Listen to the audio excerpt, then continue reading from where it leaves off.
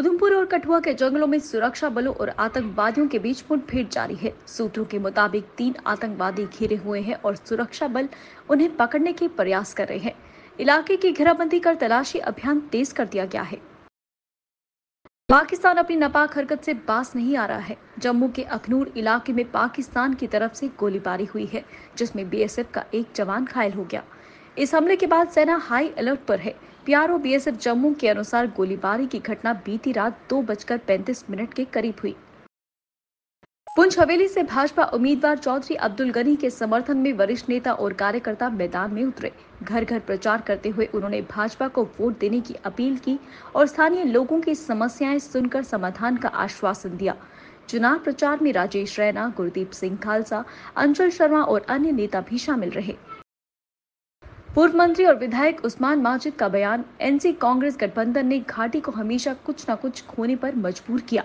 नामांकन भरने के बाद माजिद ने कहा कि बांदीपुरा के लोग अब राजनीति को समझ चुके हैं और सही प्रतिनिधि चुनने का फैसला करेंगे।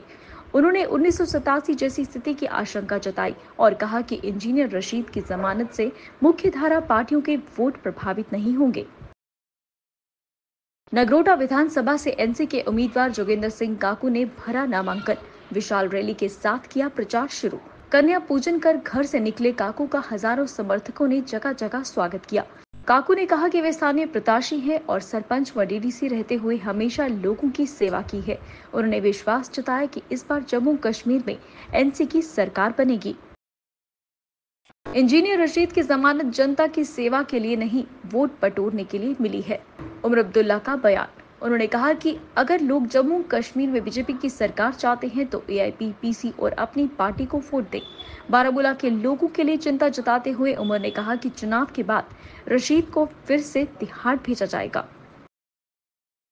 कांग्रेस प्रमुख मल्लिकार्जुन खड़गे अनंतनाग में एक सार्वजनिक रैली को संबोधित की। रैली को संबोधित करते हुए उन्होंने कहा, भाजपा भाषण तो बहुत देती है, लेकिन करनी और कथनी में बहुत अंतर है। भाजपा कितनी भी कोशिश कर ले, कांग्रेस और एनसी का गठबंधन कमजोर नहीं होगा। हमने संसद में अपनी ताकत दिखा दी है, हम उसी ताकत के साथ आगे बढ़ेंगे। पीडीपी प्रमुख महबूबा मुफ्ती ने इंजीनियर राशिद को जमानत मिलने पर सवाल उठाते हुए कहा कि ये सत्र के दौरान मिलनी चाहिए थी, ताकि वे जनता की समस्याओं पर ध्यान दे सके। उन्होंने आरोप लगाया कि जेल में रहते हुए राशिद ने उम्मीदवार खड़े किए और सवाल किया कि उनके पास चुनाव लड़ने के लिए धन कहां से आया। डोडा जिले में 14 सितंबर को प्रधानमंत्री नरेंद्र मोदी की ऐतिहासिक रैली आयोजित होगी, जो 4 दशकों में किसी प्रधानमंत्री की पहली रैली होगी। डोडा स्पोर्ट्स स्टेडियम में होने वाली इस रैली में चुनाव पहले के 8 विधानसभा हलकों के प्रत्याशियों के समर्थन में वोट मांगे जाएंगे। हिमाचल प्रदेश की राजधानी शिमला के संजौली स्थित मस्जिद में अवैध निर्माण के विरोध में हिंदूवादी संगठनों का उग्र प्रदर्शन जारी है। प्रदर्शनकारी डली टनल पर बैरिकेड्स तोड़कर संजौली बाजार पहुंचे। इस पर पुलिस ने लाठी चार्ज कर दिया। इसमें एक पुलिसकर्मी के साथ कई प्रदर्शनकारी भी घायल हुए हैं। माहौल तनावपूर्ण बना हुआ है।